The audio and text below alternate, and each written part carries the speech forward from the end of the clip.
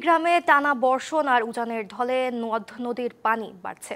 জেলার কয়েকটি স্থানে ভাঙন তীব্র আকার ধারণ করেছে। ব্রহ্মপুত্র, ধরলা, দুধকুমার সহ কয়েকটি নদ-নদীর পাড়ের মানুষ খোলা আকাশের নিচে বাস করছে। কিছু জরুরি কাজের অনুমতি মেলায় ভাঙন প্রতিরোধ দ্রুতই কাজ করা হবে বলে জানাচ্ছে পানি উন্নয়ন বোর্ড। কুড়িগ্রামে ব্রহ্মপুত্র, ধরলা ও দুধকুমার নদীর ৫৫ কিলোমিটার এলাকায় পানি উন্নয়ন বোর্ডের কাজ চললেও বর্ষণ আর উজানের ঢলে ভাঙন তীব্র আকার ধারণ করেছে।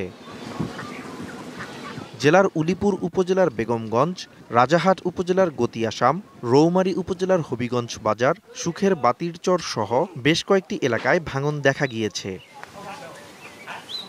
ভাঙনের শিকার মানুষ বসতবাড়ি ও আসবাবপত্র অন্যত্র সরিয়ে নিলেও স্থায়ী বাসস্থানের ব্যবস্থা না থাকায় পড়েছেন দুশ্চিন্তায়। ঘর তোলার মতো জায়গা নাই, গাছের নিচে আমরা আশ্রয় নিতেছি, ছেলে সন্তানগুলো লেখাপড়া করবে এই ব্যবস্থা নাই, থাকার কোনো জায়গা নাই। এইটুক জায়গার মধ্যে এই যে কুচিমিদের ছাবড়াটা তুলে আসি, জমি ছিল সে সব ভাঙা গেছে, এখন ঘর তোলার মতো কোনো জায়গা নাই। সরকার যদি কিছু সাহায্য করে আমাদের তাহলে একটু আমরা বাঁচবো।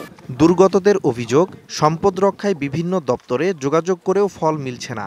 এই ভাঙন রোধের জন্য আমি সরকারের বিভিন্ন দপ্তরে গেছি, পানি উন্নয়ন বোর্ড, জেলা প্রশাসকের কাছে, ইউনোর কাছে, কোনো ব্যবস্থা নেই। এই অবস্থায় ভাঙন তীব্র আকার ধারণ করেছে জানিয়ে প্রতিরোধে কাজ করা হচ্ছে, এমনটাই বলছে পানি উন্নয়ন বোর্ড। বাজেট চাহিদা প্রেরণ করেছি, ভাঙনের তথ্য ছবি সহ। এর মধ্যে কিছু কিছু জায়গায় আমরা জরুরি কাজের অনুমোদন পেয়েছি, যেগুলো খুব শীঘ্রই শুরু হবে। এর বাইরেও ধাপে ধাপে আমরা জরুরি কার্যক্রমের মাধ্যমে সেই ভাঙনগুলো রোধ করব।